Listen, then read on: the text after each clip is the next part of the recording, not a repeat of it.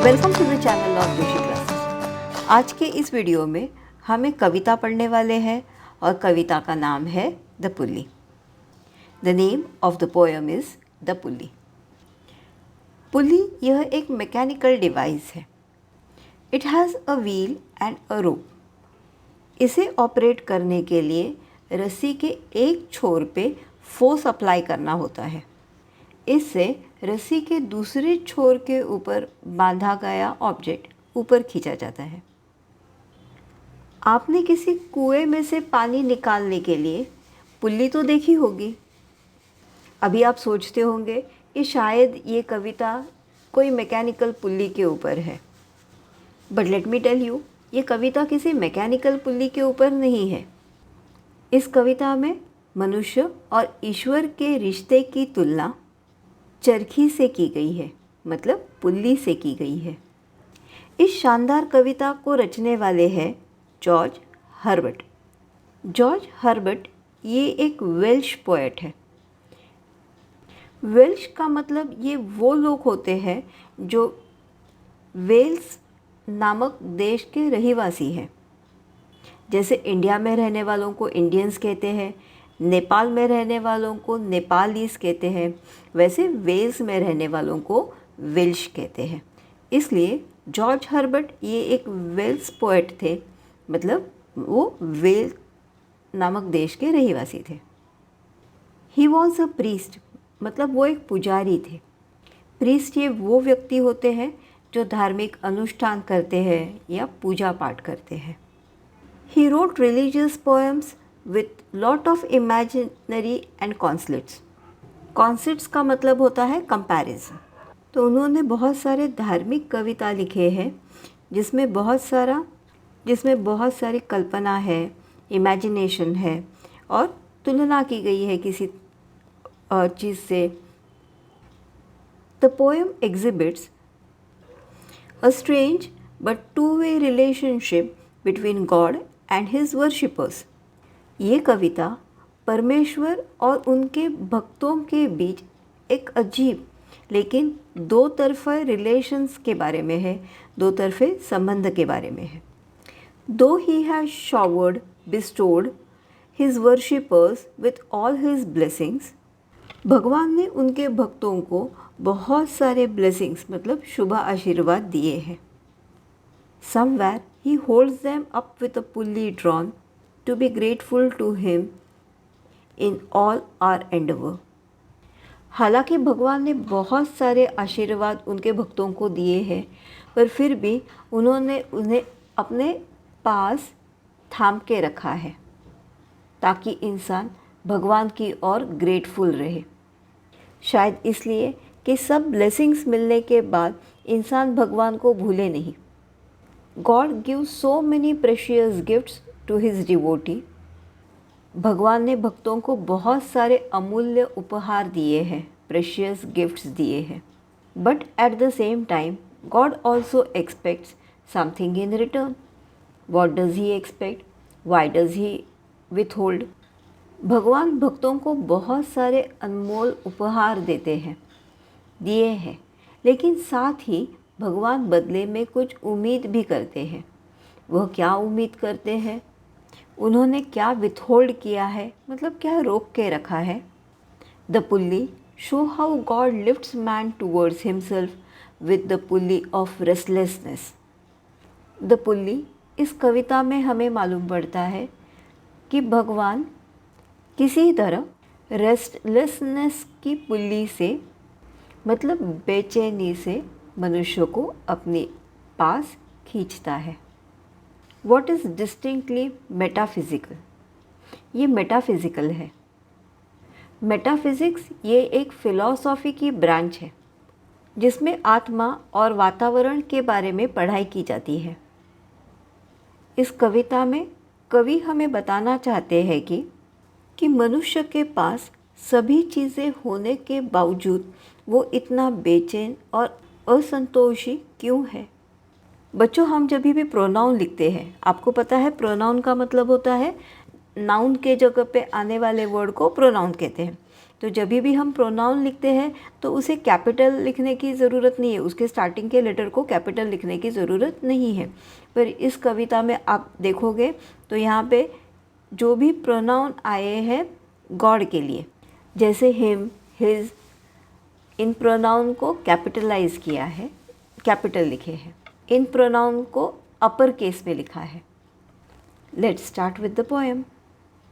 When God first made man, having a glass of blessings standing by, let us, said he, pour on him all we can.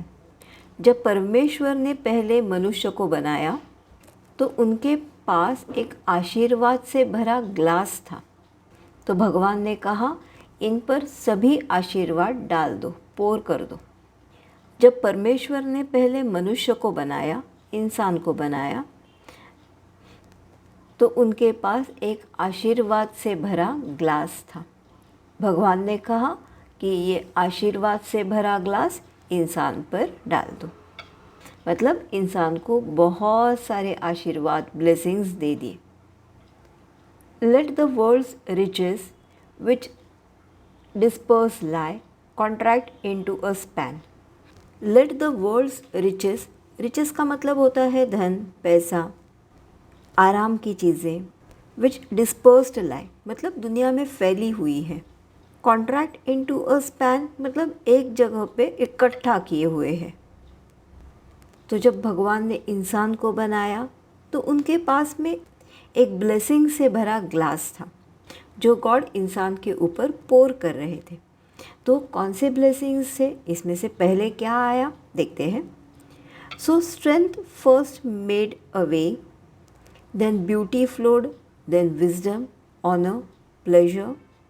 तो blessings के glass में से इंसान के ऊपर सबसे पहले स्ट्रेंथ, ताकत आई, और उसके बाद ब्यूटी, सुंदरता, फिर विजडम, विजडम का मतलब ज्ञान, होशियारी, फिर ऑनर मतलब सम्मान, pleasure, Anand.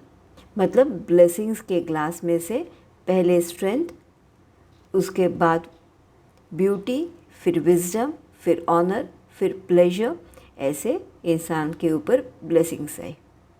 When almost all was out, God made us stay। तो जब करीबन सब खत्म होने आ गया तो भगवान रुक गए। Perceiving that alone of all his treasures rest in the bottomly। Perceiving that का मतलब होता है नोटिस। तब गॉड ने नोटिस किया कि उनके सारे ट्रेजर्स में से रेस्ट ये बॉटम में है, सबसे लास्ट में है। तो भगवान के ब्लेसिंग्स के ग्लास में strength, beauty, wisdom, honour, pleasure ये सभी थे, पर उनके ग्लास में सबसे लास्ट में क्या था, तो रेस्ट, आराम। For if I should, said he, bestow this jewel also on my creature. For if I should, said he, भगवान ने कहा अगर मैंने रेस्ट नाम का ये ज्वेल, ज्वेल मतलब एक कीमती चीज़, अपने बंधे के ऊपर डाल दिया, अपने वर्शिपर के ऊपर डाल दिया, he would adore my gift instead of me. तो वो मेरे बदले मेरे गिफ्ट से प्यार करने लग जाएगा, मेरे उपहारों से प्यार करने लग जाएगा। And rest in nature and not the God of nature, so both should loser be. And rest in nature मतलब वो नेचर में सुकून से रहेगा। He would rest in nature, आराम से, नेचर में आराम से रहेगा। And not the God of nature, God of nature मतलब भगवान जिन्होंने नेचर बनाया है। तो भगवान ऐसे कहते हैं कि उन्होंने अगर उनके वर्शिपर के ऊपर रेस्ट नाम के ज्वेल को भी डाल दिया तो इंसान भगवान को प्यार नहीं करेगा, बल्कि उन्होंने दिए हुए गिफ्ट्स को प्यार करने लग जाएगा।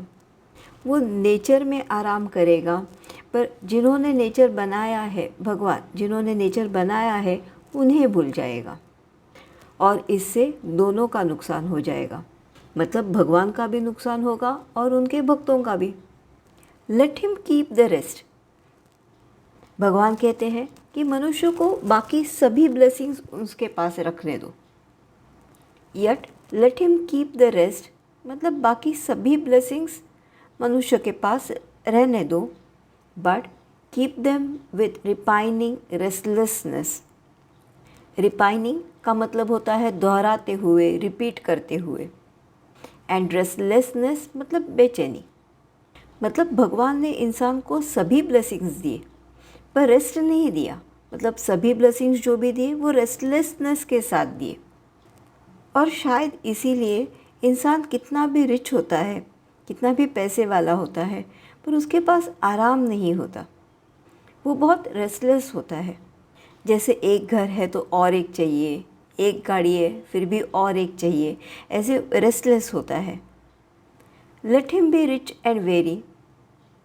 रिच मतलब अमीर, पैसे वाला, एंड वेरी का मतलब टायर्ड, थका हुआ।